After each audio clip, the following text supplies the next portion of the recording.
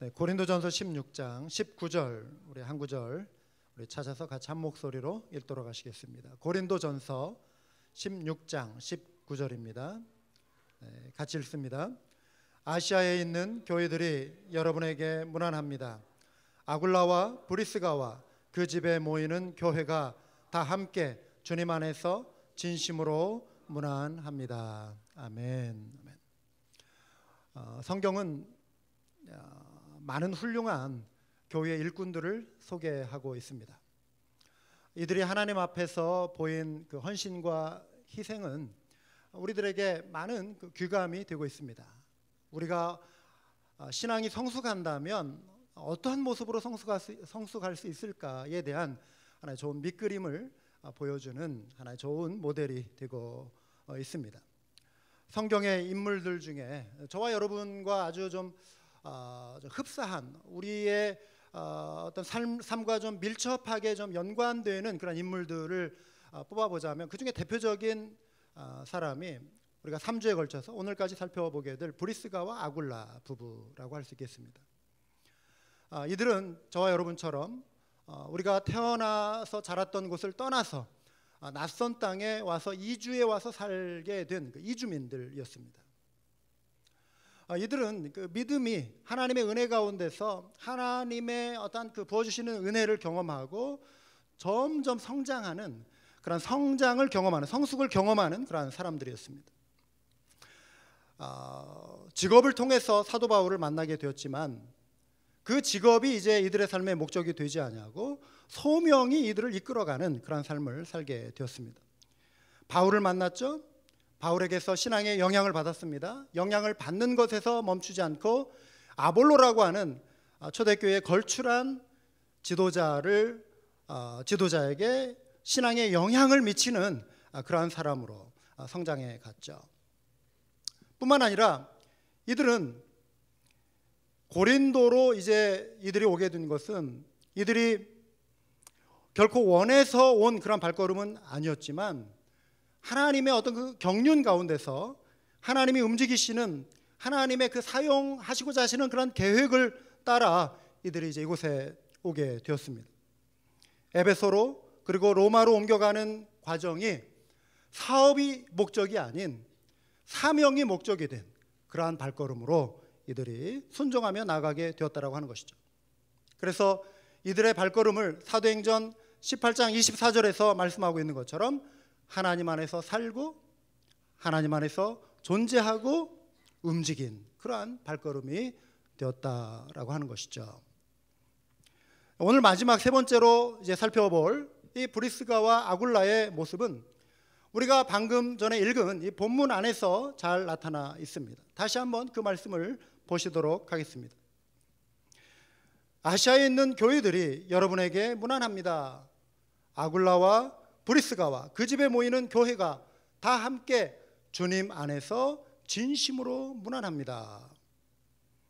이 내용은 사도 바울이 고린도 교회에 보내는 편지입니다.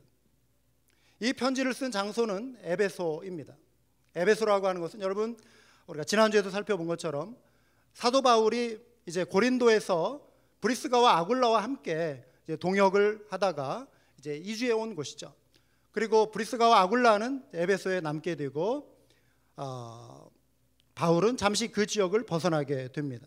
그리고 3차 전도 여행 시기에 3년간 사도 바울이 이 에베소에 머물면서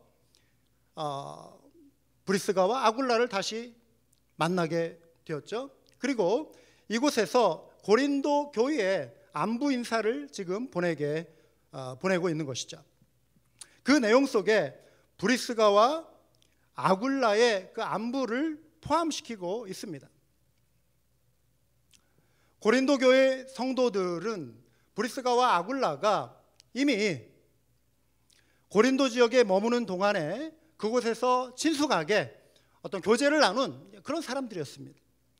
그래서 오늘 이 본문을 보시면 브리스가와 아굴라 부부의 그 문안 인사가 이렇게 들어오는 것 같은데 좀 더 자세히 보면은 이 구절에서 우리가 살펴볼 수 있는 것은 이 부부가 현재 어떤 사역에 모종의 사역에 참여하고 있는 그 무엇을 관찰할 수가 있습니다. 그것은 브리스가와 아굴라 그 집에 모이는 교회라고 하는 표현입니다. 성경에 보시면은 누구 집에 모이는 교회라고 하는 이런 표현들이 종종 등장합니다. 교회를 생각하면 우리는 우리가 살고 있는 어떤 이제 집과 별개에 잘 지어진 어떤 그런 건물을 우리가 이제 떠올리는데, 당시에 가만히 이렇게 보면은 교회가 세워지는 초대 교회의 이런 과정은 가정을 중심으로 해서 세워져 갔던 것을 우리가 보게 됩니다.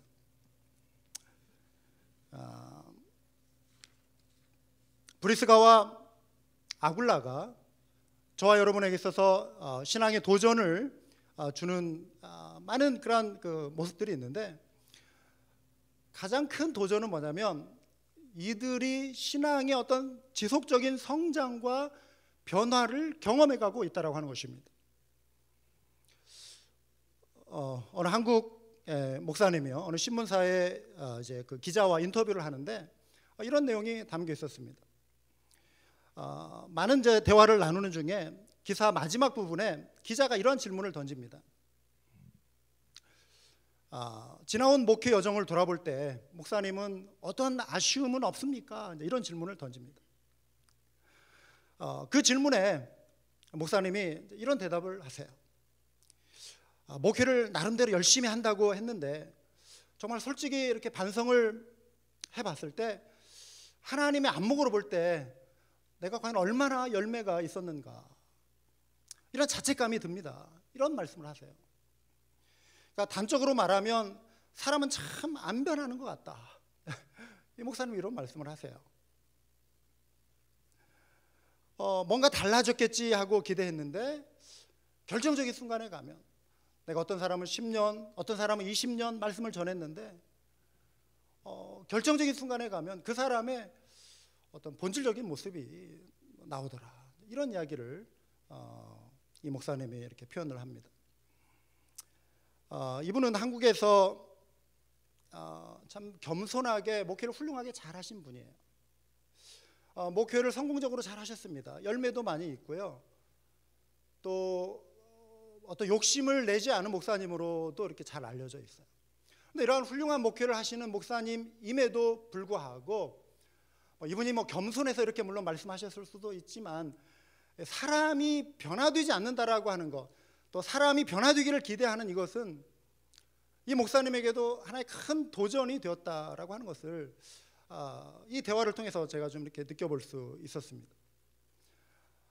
여러분이 신앙생활을 하시면서 여러분 자신을 돌아볼 때 그런 마음 드시지 않습니까? 나도 좀 변화되고 싶은데 내 모습이 여전히 그냥 어느 한 곳에 그냥 머물러 있는 것 같은 그런 느낌.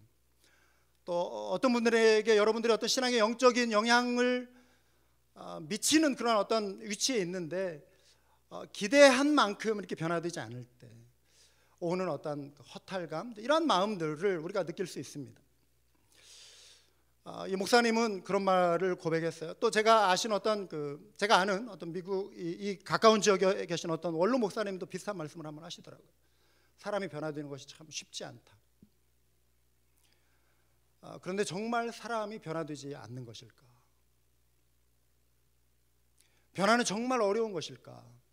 이 질문을 오늘 한번 우리 자신들에게 좀 던져보았으면 합니다. 우리가 우리의 어떤 환경 안에서 이 대답을 찾기보다는 이 변화의 문제를 성경 안에서, 성경이 어떻게 말씀하시는지 오늘 그 답을 성경 안에서 좀 찾아보기 원합니다. 오늘 나누는 이 브리스가와 아굴라의 삶을 볼 때 저는 밝은 어떤 기대감이 있어요. 소망을 품게 돼요.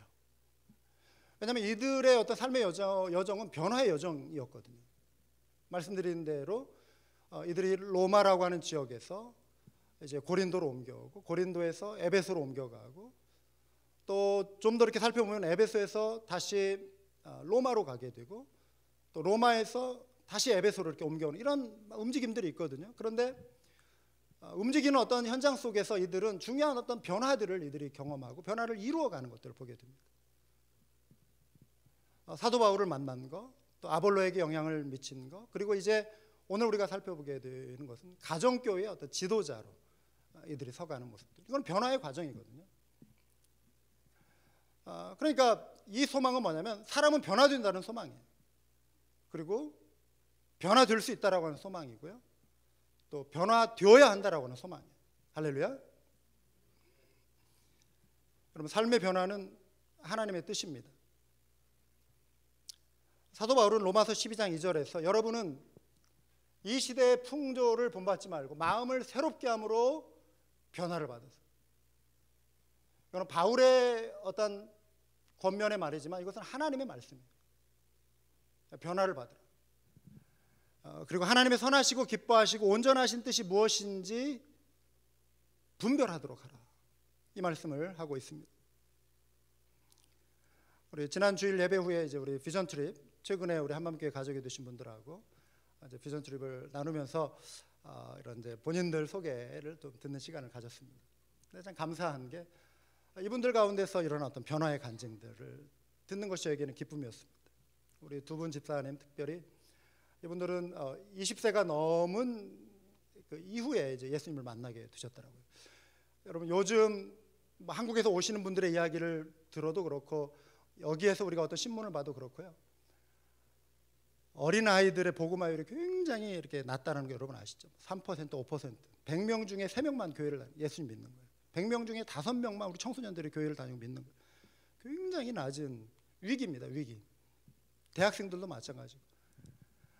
20살 넘어서 예수님 믿는다라고 하는 것은 그건 굉장히 어려운 거예요. 근데 교회에 대해서 어떤 뭐 긍정적인 어떤 그런 어떤 분위기보다는 좀 부정적인 이런 어떤 분위기가 팽배한 속에서 더군다나 예수님을 믿는다라고 하는 쉽지 않은 것이죠. 기적이죠. 그런데 그런 어떤 변화의 이야기들, 그러니까 변화가 일어나는 거예요. 변화가 여기에 어떤 유학생들, 특별히 신학을 공부하러 오신 분들도 보면은 자신들이 어떤 꿈이 있었고 세상에 어떤 세워놓은 어떤 야망을 나름대로 이렇게 추구해 가며 뭐 신앙도 병행하지만 그렇게 갈 수 있는 그런 분들이었지만 하나님의 부르심 앞에 헌신하고 나와서 이 자리까지 온다라고 하는 거, 이것도 변화거든요. 그런데 중요한 것은 뭐 이 자리에 계신 여러분 한 분 한 분이 어떤 형태로든 주님 안에서 어떤 변화를 경험하셨을 거예요. 그런데 중요한 것은 우리가 과거에 나를 만나주신 하나님, 과거에 경험했던 어떤 변화, 거기에만 딱 머물러 있어서는 안 되고 이 변화의 어떤 근본적인 성격이 무엇인가를 알고 그것이 뭐냐면 지속적인 변화거든요. 사실 우리가 과거의 어떤 한두 번의 변화에 멈추는 것이 아니라 지속적인 변화와 헌신에 우리가 참여할 수 있어야 한다는 거예요. 브리스가와 아굴라가 보여주는 모습이 바로 이런 거였거든요. 지속적인 변화와 헌신입니다. 이들은 끝까지 신실하게 헌신의 자리를 지켜갔거든요. 에베소에서뿐만 아니라 이들이 이제 아까 말씀드린 대로 로마로 다시 돌아간 이후에도 이들의 헌신이 이어지는데요. 바울이 쓴 로마서를 보시면은 브리스가와 아굴라가 이들이 이제 로마로 돌아간 그런 이후의 기록인데요. 그리스도 예수 안에서 나의 동역자인 브리스가와 아굴라에게 문안하여 주십시오. 그들은 생명의 위험을 무릅쓰고 내 목숨을 구해준 사람들입니다. 나뿐 아니라 이방 사람의 모든 교회도 그들에게 감사하고 있습니다. 그리고 그들의 집에서 모이는 교회에도 문안하여 주십시오. 그들의 집에서 모이는 교회에도 문안하여 주십시오. 그러니까 아까 말씀드린 대로 어떤 교회 건물이 우리 집을 떠나와서 이렇게 우리가 공동으로 지어놓은 어떤 이런 건물 안에서 현대는 이제 이런 건물이에요. 교회가 대체로. 그런데 초기 교회가 형성되는 과정에서는 자기들의 어떤 넓은 어떤 그 숙소를 개방해 가지고 동네 전도해서 사람들을 모아 가지고 요즘 우리가 그런 것을 가정 교회라고 부르지 않습니까? 하우스 처치. 이런 교회들을 이뤄간 모습인데 브리스가와 아굴라가 이러한 어떤 사역에 헌신했다라고 하는 것이죠. 바울에게 있어서 브리스가와 아굴라 부부는 특별한 사람들이었습니다. 이들은 끝까지 자기들의 자리를 신실하게 지켰거든요. 그 증거가 어디에 나오냐면 바울의 마지막 편지인 디모데후서를 통해서 나옵니다. 그 평생의 동역자가 된 이 부부를 바울이 마지막 순간까지 기억한다라고 하는 거예요. 여러분, 저도 언젠가는 어떤 사역을 리타이어 할 때가 오겠죠. 그럴 때 우리 한마음교회는 저에게 있어서 아주 특별한 교회가 될 거예요. 그렇죠. 저의 인생의 30대, 40대, 50대 인생의 황금기를 보낸 그런 시간이고, 제 삶의 어떤 가장 힘이 왕성할 때 제 삶을 쏟아부은 곳이 이곳 포트워스 한마음교회이기 때문에 여기서 만난 여러분들 한 분 한 분을 언젠가 제가 떠올릴 날이 있을 거예요. 그럴 때 어느 분을 떠올릴 때 이분에 대해서 이러한 부분에 대해서 감사하고, 이분이 나에게 이러한 부분까지 또 교회를 위해서 이렇게 헌신하고, 저 입장에서도 그런 것을 어떤 떠올릴 날이 올 거예요. 근데 사도 바울이 지금 브리스가와 아굴라를 그의 마지막 편지인 디모데후서에서 지금도 떠올리고 있다라고 하는. 그러니까 이들의 만남이 그냥 잠깐 그 고린도 지역에서 천막 만드는 동업자로 그냥 그러고 딱 끝난 것이 아니라 신앙 안에서, 사역 안에서 이들의 관계가 더 발전하고 성숙하고 마지막 순간까지 이들을 기억할 수 있는 이런 관계, 서로 기억하고 위해 줄 수 있는 이런 관계가 되었다라고 하는 것이죠. 그 내용이 디모데후서 4장 19절인데요. 브리스가와 아굴라와 오네시보로의 집에 문안해 주십시오. 어쩌면 이들은 이 에베소라고 하는 지역, 여기 왜 디모데후서냐면요, 에베소의 담임 목사가 지금 디모데입니다. 바울의 영적인 아들 디모데가 목양을 하고 있는 이곳에 브리스가와 아굴라가 어쩌면 마지막 머물렀던 장소일 수도 있어요. 그 이후에 대한 기록은 나오지 않으니까요. 여기에서도 이들이 그런 가정교회 사역을 이어갔을 것이라고 하는 것을 우리가 추정해 볼 수 있습니다. 브리스가와 아굴라 부부가 가정교회의 지도자가 되었다라고 하는 거, 이것을 그냥 단순히 한 구절로 이렇게 넘겨갈 것이 아니라 여기에서 저는 한 두 가지 의미를 좀 살펴보기 원합니다. 첫 번째는 뭐냐면 이 모습은 이들이 점점 섬김의 자리로 몰입해 간 것을 의미합니다. 섬김의 자리로 점점 몰입해 가는 것. 이들은 여러분들처럼 어떤 생업을 가지고 있는 사람들이었어요. 부부였어요. 그런데 많은 그리스도인들이 생각하는 소위 말하는 신앙의 공식, 이걸 깨트린 사람이에요.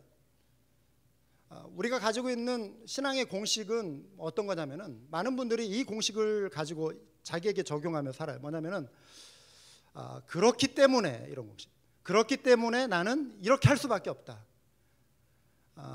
나의 현재 상황은, 현재 형편은 이렇기 때문에 나는 이 정도로 그냥 만족하며 살겠다, 이런 거예요. 이 정도로 헌신하며 살겠다, 이 정도면 내가 할 수 있는 거. 그러니까 그렇기 때문에라고 하는, 이것을 자꾸만 나에게 적용을 하는 것입니다. 그렇기 때문에. 그런데 브리스가와 아굴라의 신앙은 뭐냐면 그럼에도 불구하고, 따라서 해볼까요? 그럼에도 불구하고. 이거는 환경을 초월하는 신앙, 환경을 뛰어넘는 신앙. 육신의 한계가 분명히 있고 어떤 재원의 한계가 분명히, 건강의 한계가 있음에도 불구하고 도전해 보는 거예요. 내게 능력 주시는 자 안에서 내가 모든 것을 할 수 있다. 할렐루야. 하나님이 나와 함께 하신다. 그러니까 내가 감당할 수 있는 만큼의 일을 주십시오, 이게 아니라 그 일에 맞는, 그 일을 도전할 때 하나님 그걸 감당할 수 있는 힘을 주십시오.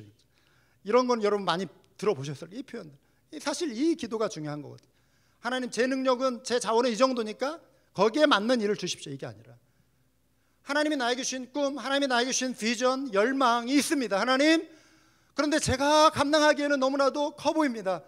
감당할 수 없을 것처럼 보입니다. 하나님 도와주십시오. 그럼에도 불구하고의 신앙. 할렐루야. 이 신앙이 우리에게 필요하다는 것이죠. 불안정한 이주민의 삶도 이들에게는 결코 장애물이 될 수가 없었어요. 요즘 트럼프 행정부가 들어서서 이민 사회 속에 얼마나 사람들 불안하게 하는지 모릅니다. 어쩔 수 없는 상황에서 이렇게 신분이 해결되지 않아 사시는 분들도 있는데 이제는 정말 불안한 그런 시대죠. 자, 브리스가 아굴라 고린도 지역에 와서 쫓겨온 신세, 그럼에도 불구하고 분주한 사업, 그럼에도 불구하고 사명을 향하여 달려가는 것이죠.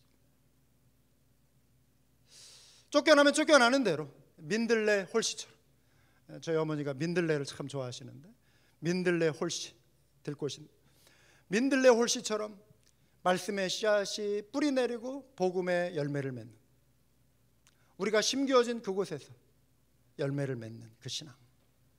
여러분, 하나님의 위대한 역사는요, 자기 한계에 갇혀서 웅크리고 하나님 저 못해요, 저 이 정도밖에 안 돼요, 이러고 있는 환경 속에서는 결코 하나님의 역사가 일어나지 않습니다. 일어나야 돼. 한계를 떨쳐버려야 돼. 하나님 도와주십시오. 의지하고 가야 하는 것입니다.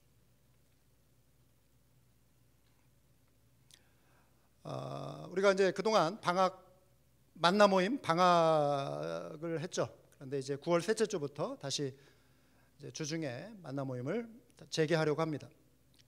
이제 만나 사역이 성공적으로 진행이 되려면 우리 모두의 새로운 헌신과 각오가 사실 필요합니다.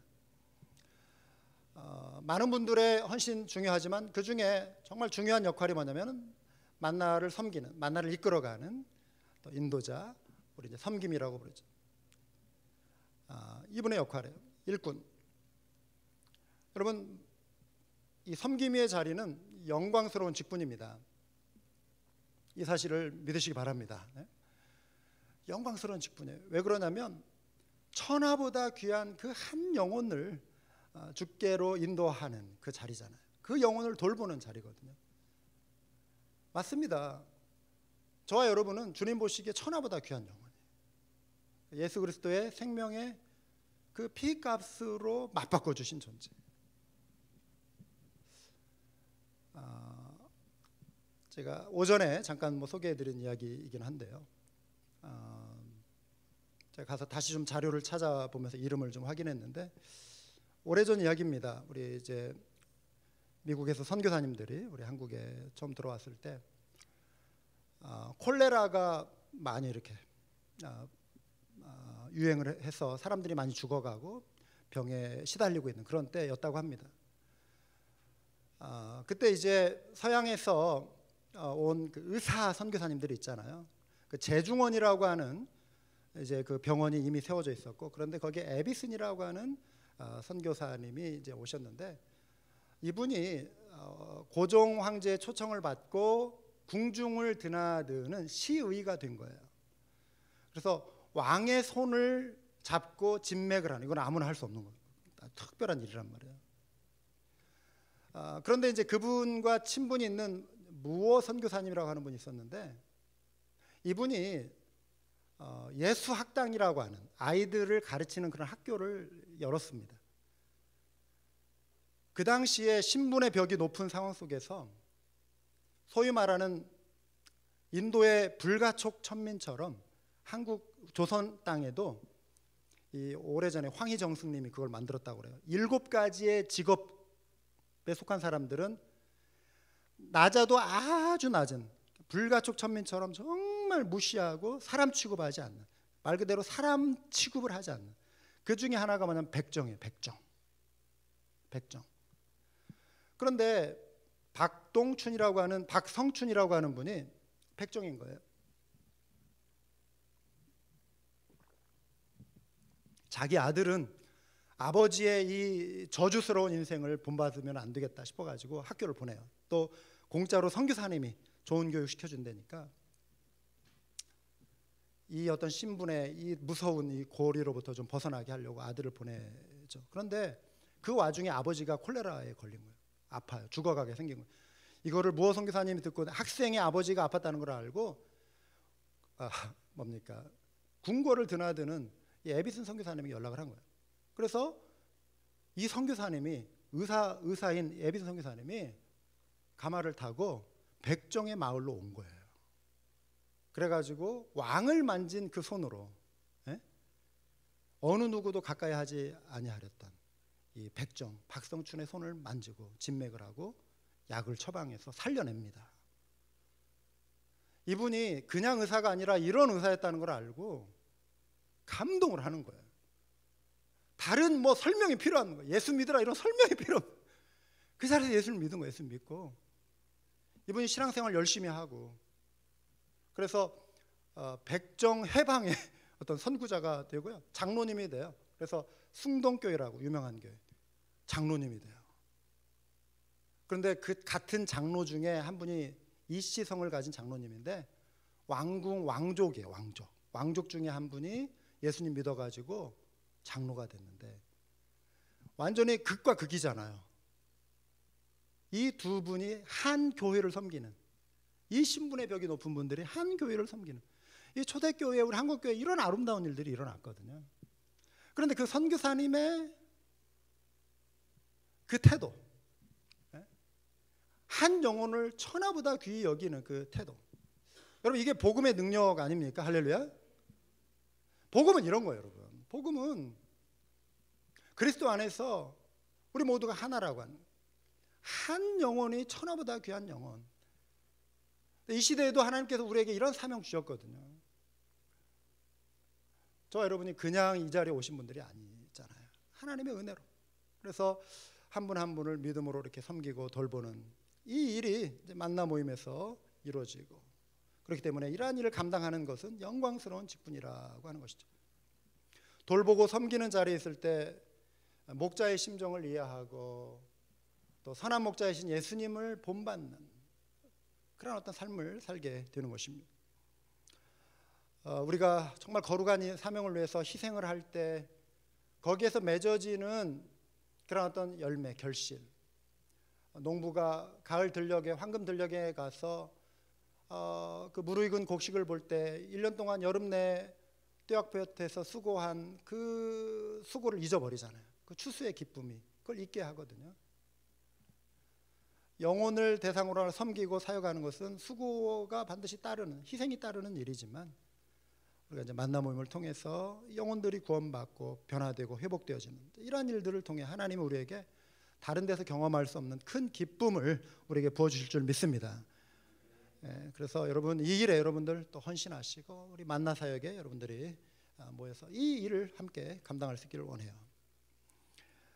브리스가와 아굴라가 이끌었던 가정교회도 현대 사람들이 직면하는 공동체 안에서의 그런 문제들, 갈등들, 인간관계 어려움들, 부딪힘들 똑같이 다 경험하고 살았던 그런 사람들이에요. 우리가 뭐 초대교회로 돌아가자 이런 말 많이 하는데 이거 조심해서 해야 돼요. 왜냐하면 초대교회 안에도 문제 많았거든요. 우리 서신서 보세요. 거기 보면은 늘 막 갈등하고 싸우고, 사랑하지 못하니까 막 사랑하라고 막 하고, 하나 되지 못하니까 막 하나 되라고 말하는 거고, 화해하지 못하니까 막 화해하라고 하는 거고, 용서하지 못하니까 막 용서하라고. 이게 성경이에요. 이 성경. 초대교회의 어떤 성령 충만한 부흥의 어떤 그런 것은 우리가 본받아야 하지만 그들도 연약한 사람들이 모인 그 환경 속에서 어려움을 다 겪은 사람들이었거든요. 이 시대에 우리들의 모습을 가만히 보면은요, 이런 인간적인 그런 갈등들이 이 공동체 안에서 얼마든지 이렇게 생길 수가 있어요. 근데 우리가 섬김의 자리로 점점 몰입한다라고 하는 것은 내 마음을 주님이 부어주시는 사랑으로 이렇게 채워가는 거예요. 주님의 사랑으로 채워가는 거예요. 그 사랑의 그 깊이로 점점 나아가는 것이죠. 여러분 고린도에 보내는 바울의 편지를 보시면 이런 내용이 나옵니다. 모든 일을 사랑으로 하십시오. 우리 같이 한번 읽어볼까요? 시작. 모든 일을 사랑으로 하십시오. 사랑은요, 다른 사람을 대하는 태도와 관련된 것입니다. 사랑은 혼자 할 수 없어요. 관계 속에서 이루어지는 거예요. 사랑장의 덕목들 가만히 보세요. 오래 참고 온유하고, 나 혼자 있는데 뭐 온유한들 무슨 소용있어요? 누군가에 대해서 온유하라는 거 아니에요? 시기하지 않으면, 나 혼자 사는데 뭐 시기할 게 뭐가 있어요? 누군가에 대하여 시기하지 말라는 거잖아요. 교만하지 않으면, 무례행치 않으면, 다 이러한 이제 덕목들이 사람들과의 관계 속에서 지금 이루어지는 것들이죠. 그런데 사람들과의 관계 속에서 제일 중요한 게 뭐냐면은 말로 표현하는 것들이더라고요. 우리는 말로 사람을 격려하기도 하지만 때로 말로 사람을 넘어뜨리기도 하고 무너뜨리기도 하고 죽이기도 하고 깊은 어떤 상처를 남기기도 합니다.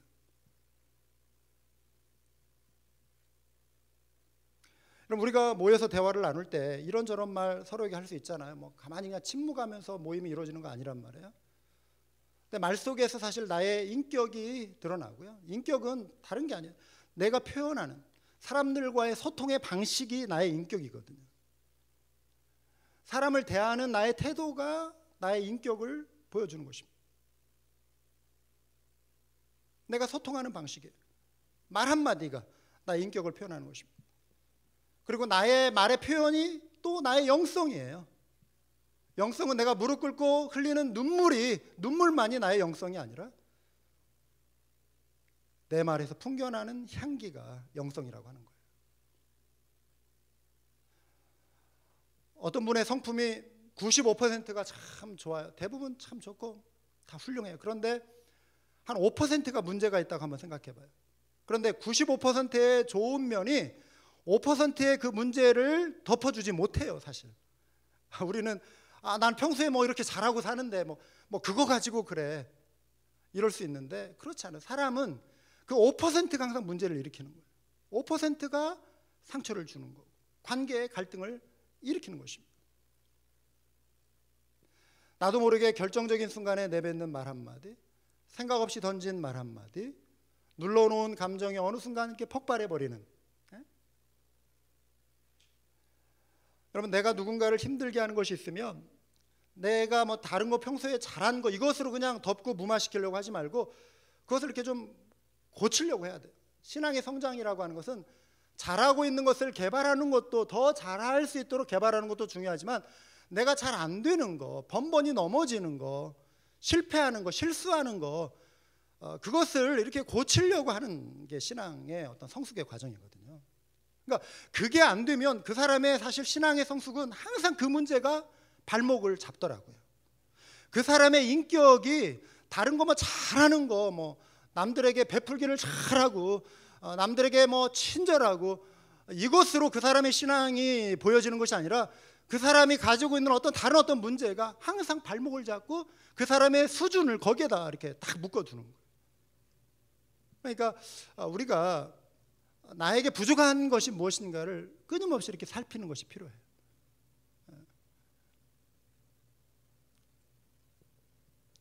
여러분, 부부 싸움도 그렇잖아요. 여러분 여기 부부 결혼 생활 하신 분, 여러분 한 5년에 한 번씩 싸우시잖아요. 그렇죠? 그런데 또 5년 뒤에 또 싸우잖아요. 10년 뒤에 가만히 보면 5년 전에 내가 무슨 문제 가지고 싸웠지? 또 비슷한 문제 가지고 이렇게 자꾸 반복된단 말이에요. 다른 문제가 아니라 반복되니까. 그러면은 그것을 그냥 고치려고 해야 한다라고 하는 것이죠. 교회는 사람이 모이는 곳이기 때문에 문제가 없을 수 없고요.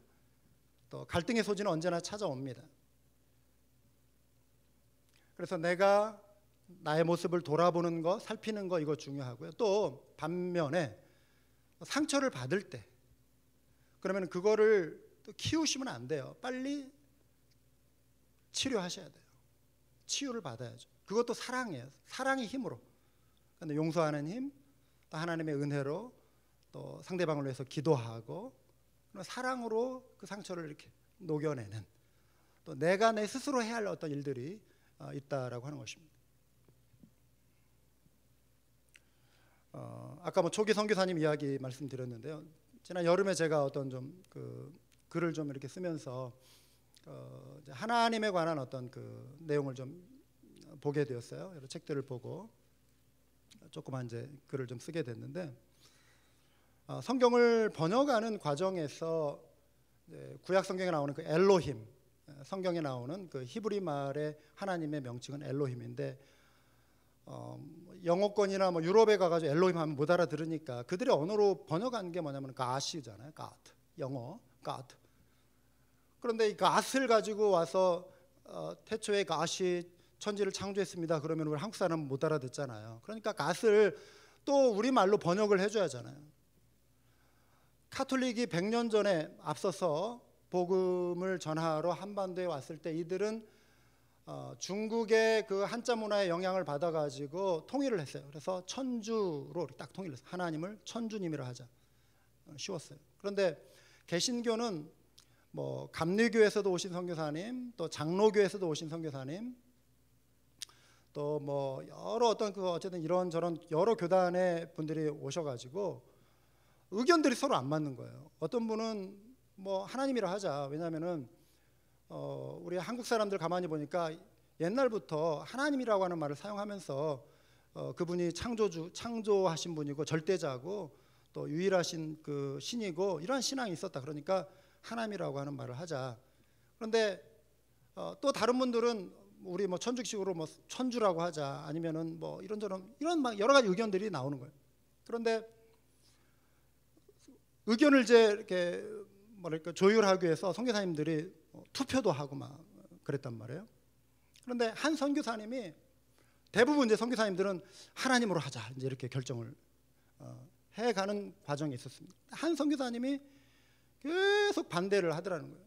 왜냐하면 이 하나님이라고 하는 말은 이 무당들도 사용하는 말인데 그거는 이제 종교 혼합주의적인 이런 어떤 성격을 가지고 있지 않느냐. 절대 안 된다. 그래서 이분은 그냥 계속 고집을 하는 거. 안 된다, 안 된다. 그래서 이분은 뭐 상주 뭐 이 말이 좋다. 근데 이분이 누구냐면은 그래서 이분이 그 와이프도 남편이 고집이 너무 세니까 별명을 하나 다 붙여줬다라고 하는 거예요. 이게 뭐냐면 잉글리시 불독이래요. 잉글리시 불독. 이게 이분의 별명이었다는 거예요. 이분이 누구였냐면 언더우드 선교사님. 언더우드 선교사. 근데 이분이 자기 스스로 이제 이렇게 공부하고 연구하다가 그래, 하나님이라는 단어가 아주 제일 적절한 표현이겠다. 이분이 이제 스스로 결론을 내리고 의견을 같이 모은 것입니다. 그 하나 된 어떤 협의가 있자마자 나타난 결과가 뭐냐면은 놀라운 어떤 복음화. 마치 고속도로를 깔아주는 것처럼. 많은 사람들이 하나님에 대한 인식은 있는데 성경을 가지고 우리가 이렇게 찾았던 그 신이 성경이 말하는 이 하나님입니다. 쫙 해주니까 복음이 퍼져가는데 굉장한 어떤 역할을 했다라고 하는 것이죠. 사랑하는 여러분, 교회의 가장 중요한 사명이 영혼 구원이잖아요. 우리가 열심히 전도해서 사람을 교회로 인도하는 거 중요합니다. 그런데 교회에 오신 분들이 또 상처받지 않도록 우리가 서로가 서로에게 조심하는 거, 이것도 중요해요. 선교사님들이 그 하나 되어서 아름다운 복음의 역사를 이뤄낸 것처럼 우리 한마음교회가 말 그대로 한마음 되어서 우리가 서로를 섬기고 희생의 자리로, 섬김의 자리로 나아가는 그런 우리 모두가 되어야 할 줄 믿습니다. 브리스가와 아굴라가 가정교회의 지도자가 되었다라고 하는 것은 둘째로 끝까지 신실하게 달려가는 것을 의미합니다. 바울 하면 이 모습이 떠오르지 않습니까? 끝까지 신실하게 달려간 사람. 그가 마지막에 고백한 내용이 이거예요. 나는 선한 싸움을 싸우고 달려갈 길을 마치고 믿음을 지켰습니다. 1995년 12월 아마 17일이었던 것 같아요. 그때 제가 버지니아에서 이제 목사 안수를 받을 때 저희 존경하는 저희 스승님이 이 말씀으로 디모데후서 4장 7절 이 말씀으로 저에게 권면의 말씀을 해주셨어요. 그래서 이제 목사 안수를 받고 이런 삶을 살기를 원하셔서 저에게 이런 그래서 저는 이 말씀을 그때 제 마음에 새겼어요. 그래서 이게 제 목회의 좌우명이 됐고요. 언젠가 훗날 제가 주님의 부름을 받았을 때 만약에 저의 묘비가 세워진다면 그때 새겨지기 원하는 말씀이 디모데후서 4장 7절 말씀이기도 합니다. 나는 선한 싸움을 싸우고 달려갈 길을 마치고 믿음을 지켰다. 바울이 지금 이 말씀, 이 편지를 쓴 장소는 로마 감옥입니다. 디모데후서를 쓰면서 그 에베소를 지금 목회하고 있는 그 디모데에게 이 말씀을 지금 이렇게 전해주는 거잖아요. 그런데 디모데에게 바울이 상기시켜주는 것이 하나 있었어요. 사역을 하다 보니까, 목회를 하다 보니까 세 부류의 사람들을 만나게 되더라는 것이죠. 첫 번째 부류는 뭐냐면은 선한 싸움에 실패한 인물이 나오더라는 것이죠. 그가 지목하고 있는 한 사람의 이름이 있습니다. 데마이죠. 데마는 이 세상을 사랑해서 나를 버리고 데살로니가로 가고, 한때 데마는 바울의 신실한 동역자였습니다. 그런데 세상을 사랑해서 나를 버리고 데살로니가로 갔다. 그러니까 좀 더 화려하고 좀 더 편안하고 좀 더 안전하고, 데살로니가가 그 당시에 그랬던 것이, 좀 더 편하게 살 수 있는 곳, 좀 더 안전하게 살 수 있는 곳, 세상적으로 좀 더 나은 삶을 살 수 있는 곳. 그래서 사역의 자리, 사명의 자리를 버리고 세상이 주는 보다 나은 어떤 환경을 향하여 달려간 인물, 선한 싸움에 실패한 인물로 데마가 지금 기록에 남게 된 것이죠. 그런데 여러분, 어쩌면 우리 내면에도 데마가 살아있을지 모릅니다. 저와 여러분의 마음속에도 데마가 살아있을 수 있어요. 사역이 주는 영광이 아닌, 사역이 주의 영광이 아닌 내 영광의 수단이 될 때, 그 순간 우리는 데마가 되는 것입니다. 어떤 외적인 형편을 따져가면서 사역을 이렇게 좀 더 나은 것, 좀 더 나아 보이는 것, 이 순간에 내가 데마로 되어져 가는 그런 빌미를 주는 것입니다. 좁은 길보다는 넓은 길을 택하려고 하고, 좁은 문보다는 넓은 문을 택하려고 하는 그 모습 속에 데마가 살아있다라고 하는 것이죠. 헌신의 번거로움과 희생으로 인한 불편함이 싫어서 섬김의 자리와 거리감을 두려고 할 때 데마가 내 속에서 살아난다라고 하는 것이죠.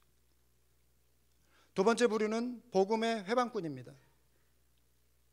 구리세공 알렉산더가 나에게 해를 많이 입혔습니다. 주님께서 그의 행위대로 그에게 갚으실 것입니다. 그대도 경계하십시오. 그가 우리말에 몹시 반대하였습니다. 주님 사역을 감당하다 보면 언제 어디서든 알렉산더를 만나게 됩니다.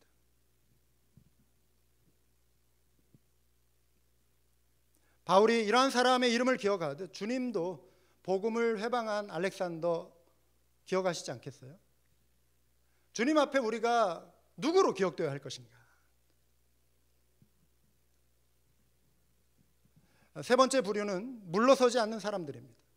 바울은 고난 중에도 자기 곁에서 함께 해준 고마운 사람들의 이름을 또다시 열거합니다. 누가만 나와 함께 있느니라. 바울은 지금 차가운 로마의 감옥에 갇혀 있습니다. 많은 사람들이 그를 멀리하고 떠나가는 환경 속에서 핍박에 동참하기를 거부하는 그런 환경 속에서 누가가 그의 곁을 지키고 있었다.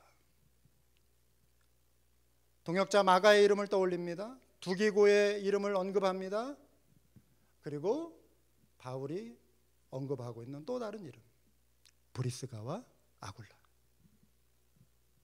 브리스가와 아굴라, 끝까지 신실하게 그 자리를 지킨 사람들. 작년에 우리 한맘교회 수요 예배 때 와서 간증을 한 부부가 있었습니다. 지금 미국 시민권자들은 그 나라에 들어갈 수가 없어요. 우리와 경계선을 하고 있는 바로 우리 위쪽, 우리 한반도. 거기에서도 미국 시민권자들 지금 받지 않겠다고 또 합니다. 그런데 기도 부탁을 하면서 이메일을 보내왔어요. 우리는 어떻게 될지 알지 못합니다. 지금 핵 문제 때문에 언제 어떻게 전쟁이 남한 사람들은 굉장히 지금 뭐랄까요, 좀 굉장히 낙관적으로 지금 보는 경향도 있지만 미국 안에서는 굉장히 이것을 심각한 이슈로 보고 있는 것이 사실이죠. 전쟁이 어떻게 촉발될지 모르는 상황에서 전쟁이 시작되면 이 와중 속에서 생명을 보장할 수 없는 그런 지역으로, 또 실제 함께 일했던 동료들이 잡혀 들어가는 그런 환경 속에 들어가겠다는 거기에는 그들이 그동안 눈물로 씨를 뿌리며 기도하고 수고한 그런 사역의 그런 대상자들이 있고,